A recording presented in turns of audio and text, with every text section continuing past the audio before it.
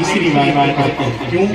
اس روایت کو کہا جاتا ہے مسلسل بالاولیہ، یعنی سب سے پہلے اس طالب علم نے اپنے استاد سے یہ روایت سنی ہے، یہ سلسلہ چلا رہا ہے. اگرچہ یہ سلسلہ حضرت سفیان بن عیینہ تک ہی ہے، لیکن سفیان بن عیینہ سے لے کر آج تک جتنے محدثین ہیں سب کے سب سلسلہ وار یہ بات بتلاتے ہیں هذا اول حدیث سمعته من استاد، کہ سب سے پہلے میں نے یہ حدیث استاد محمد سنی ہے. تو اس لیے میں نے بھی اسی سلسلے کی برکت کو حاصل کرنے کے لیے یہ روایت طالبات کے سامنے پڑھ دی ہے تاکہ طالبات کو بھی مسلسل بالاولیہ کی یہ سعادت حاصل ہو جائے.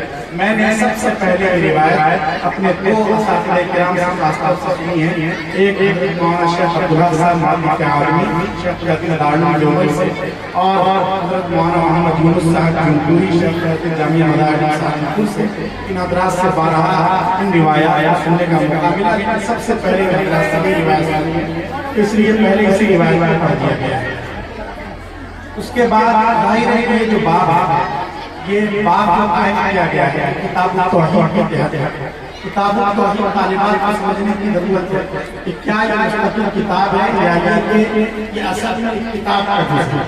شیخ زکریا صاحب رحمۃ اللہ علیہ کی رائے ہے کہ مستقل کتاب نہیں ہے بلکہ کتاب الاعتصام کتاب السنہ اس کا ایک ذیل باب ہے. لیکن اکثر محققین اسی طرف کہیں کہ کتاب التوحید وہی باب ہے، مستقل ایک کتاب ہے اس کا ایک ذیل باب اللہ یوم القیامہ.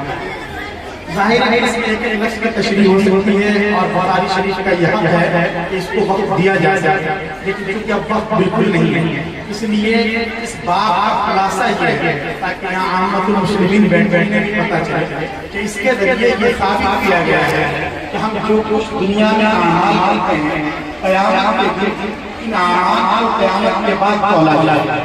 ایسا نہیں ہے کہ ہماری آنکھیں بند ہو گئی اور سارا نظام ختم ہو گیا، ایسا نہیں ہے، بلکہ اس کے بعد اصل زندگی شروع ہوتی ہے اور اللہ پاک انصاف کا ترازہ قائم کریں گے. اللہ پاک انصاف کا کرسی پر ہوگا. اگر ہم نے کسی کا دل دکھایا ہے، اگر ہم گاؤں میں کسی کی گردن دباتے ہیں تو ہم یہ نہ سمجھیں کہ ہم کو اسی طرح رہیں گے. نہیں، اللہ کے رسول صلی اللہ علیہ وسلم نے فرمایا قرآن کریم میں میزان عدل اس زمانے میں اعمال کو تولنے کے لیے میزان قائم کیے جائیں گے. اس سلسلے کی یہ روایات ہے. اس لیے ہر آدمی کو اسی دنیا میں اپنے اعمال کی درستگی بھی کرنی چاہیے. اب مسئلہ یہ ہے کہ کیسے اعمال کو تولا جائے. اعمال یہ کوئی نظر میں آنے والی چیز تو نہیں ہے نا. کسی خوشی کو آپ کیسے تول سکتے ہیں، کسی کی غمی کو کیسے تول سکتے ہیں. اسی طرح اعمال نظر میں آنے والی چیز نہیں ہے، پھر کیسے اس کو تولا جائے گا. تو ظاہر ہے اعمال کو تولا جائے گا جن بشروں میں اعمال کے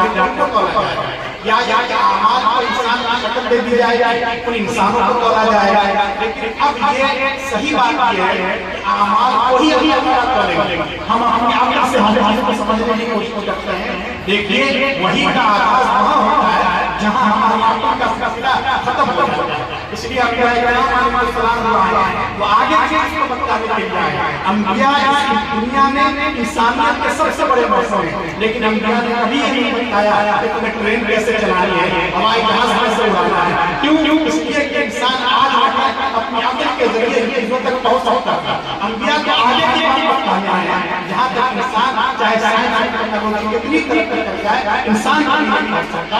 انبیاء نے یہ بتایا ہے کہ جب آنکھ بند ہوگی اس کے بعد اصل زندگی ہوگی. انبیاء نے یہ بتایا ہے کہ قبر میں تم سے کیا سوال کیا جائے گا. انبیاء نے یہ بتایا ہے کہ دوزخ کی آگ سے بچنے کا طریقہ کیا ہے.